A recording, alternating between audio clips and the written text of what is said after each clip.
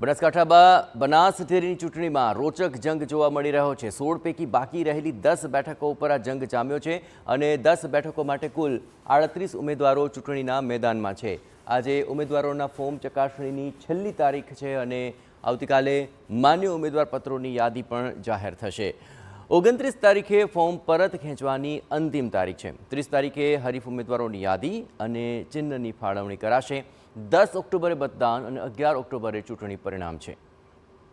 આપણે જણાવ્યું કે બનાસ ડેરીની આ હાઈ વોલ્ટેજ ચૂંટણીમાં ભાજપ વિરુદ્ધ ભાજપની શક્યતા વચ્ચે 6 બેઠકો બિનહરીફ થઈ, જેના પર શંકર ચૌધરીની પેનલના તમામ 6 ઉમેદવારો બિનહરીફ ચૂંટાયા, જેમાં રાધનપુરથી શંકર ચૌધરી, અમીરગઢથી ભાવાભાઈ રબારી બિનહરીફ છે, તો સુઈગામથી મૂળજી પટેલ, ડીસાથી કમળાબેન આલ બિનહરીફ થયા છે, જ્યારે ભાભરથી અંબાબેન ચૌધરી અને થરાદથી પરબત પટેલ બિનહરીફ ચૂંટાયા। જ્યારે કે 10 બેઠક પર ભાજપ સામે ભાજપના ઉમેદવારોએ ફોર્મ ભરતા ચૂંટણી રોચક બની છે।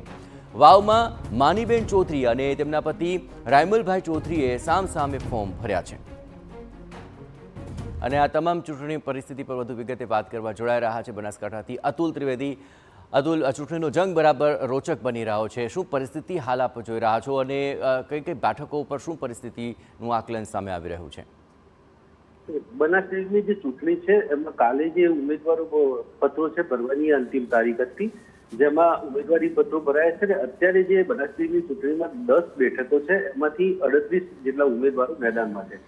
16 બેઠકોની આ ચૂંટણી છે, જેમાંથી 6 બેઠકો તો બિનહરીફ થઈ ચૂકી છે।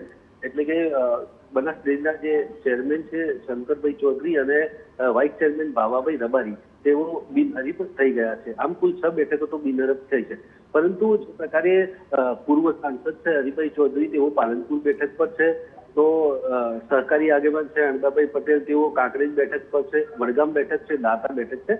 આ બેઠકો પર જો ચૂંટણી લડાય તો તેમાં રસપ્રદ જંગ થવાની પણ શક્યતા છે, કારણ કે જે પ્રકારે જે 6 બેઠકો બિનહરીફ થઈ છે તેમાં શંકરભાઈની જે પેનલના ઉમેદવારો છે તેમાં માત્ર તેમના ઉમેદવારો દ્વારા જ ફોર્મ ભરાયા છે, અન્ય કોઈ ફોર્મ નથી ભરાયા। પરંતુ આજે સૌથી મહત્વની બાબત એ છે કે જે જિલ્લાનું વિભાજન થયું છે બનાસકાંઠા અને વાવ થરાદ, એટલે કે વાવ થરાદના જે 6 સભ્યો છે, 4 સભ્યો તેઓ બિનહરીફ થયા છે, અને બનાસકાંઠાના જે તાલુકા છે તેમાં તમામ જે જગ્યાએ ઉમેદવારો ઉભા રહ્યા છે। એટલે આમાં પણ એક પ્રકારનું વિભાજન જોવા મળી રહ્યું છે। અને જે પ્રકારે આજે છે એ ફોર્મ ચકાસણીનો દિવસ છે, તમામ ઉમેદવારોની ફોર્મ ચકાસણી થશે અને ત્યારબાદ 29 સપ્ટેમ્બરે આ ફોર્મ પરત ખેંચવાની તારીખ છે।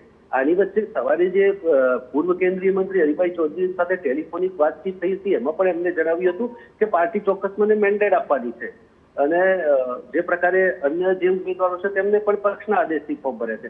એટલે કે આ બધાની વચ્ચે બનાસ ડેરીનો જે જંગ છે એ આગામી સમયમાં રસપ્રદ થવાનો છે। બિલકુલ, તો આખરે આ તમામ પરિસ્થિતિ પર આપ નજર રાખતા રહેજો, પરંતુ જે પરિણામ આવશે તે કેટલું સ્પષ્ટ હશે અને કેટલું પરિણામલક્ષી હશે તે જોવું મહત્વપૂર્ણ બની રહેશે। એટલે કે 29 તારીખે ફોર્મ ભરવાની અંતિમ તારીખ છે અને જે પરિણામ જાહેર થવા માટે તારીખ છે 11 ઓક્ટોબર છે। ચૂંટણી 10મી ઓક્ટોબરે યોજાનાર, એટલે કે મતદાન 10મી ઓક્ટોબરે થશે અને ત્યારબાદ પરિણામ જાહેર થશે।